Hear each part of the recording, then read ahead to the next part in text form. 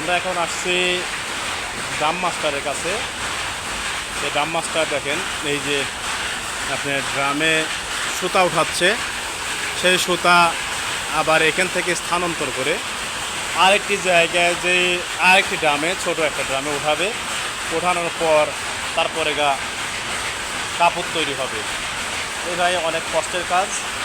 সুতা যদি ছিঁড়ে যায়, সেই সুতাকে জোড়া দেওয়ার জন্য অনেক কষ্ট করতে হয়।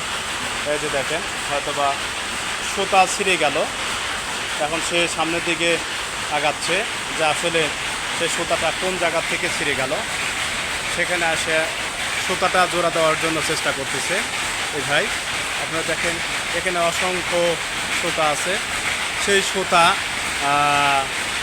একটি জায়গায়, অনেকগুলো সুতা একটি জায়গায় স্থানান্তর করে সুন্দর করে কাপড় তৈরি করা হয়।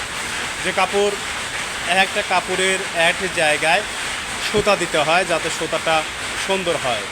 সুতা ছিঁড়ে গেছে দেখে দেখেন এই ভাই আবারও এই ড্রাম ব্যাকে নিয়ে আসতে হচ্ছে, ঘুরিয়ে নিয়ে আসতে হচ্ছে, যাতে সুতাটা আবার ওর সঙ্গে জোড়ায় দেওয়া যায়।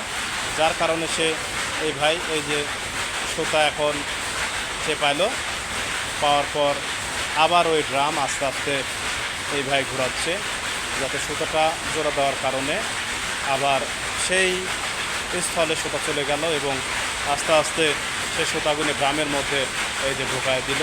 দেখেন সুতাটা আসলে পিছনে ব্যাক করে নিয়ে আসা অনেক কষ্টদায়ক বিষয়, যাতে সুতাগুলো সুন্দর থাকে, মসৃণ থাকে, সুতা যাতে ছিঁড়ে না যায়। এই যে আবার ড্রাম ঘোরানো শুরু করে দিল। এই ড্রাম থেকেই সুতা পেঁচিয়ে আরেকটি জায়গায় পেঁচানো হয়। দেখেন এই সুতার এই যে ললি, দেখেন আমরা ললি দেখাতে চাচ্ছি। দেখেন এখানে অনেক ললি আছে যেখানে ঘুরতেছে। আমরা কাপড় বোনানোর জন্য যে শব্দটাই, শব্দের জন্য আমরা আপনাদের কথাগুলো হয়তো বা শোনাতে পারতেছি না। আমরা দেখেন কতগুলো সুতা একসাথে সে ঘুরতেছে। আমরা চাই আপনারা দেখেন কত পরিশ্রম করতে হয় একটা কাপড় তৈরি করার জন্য।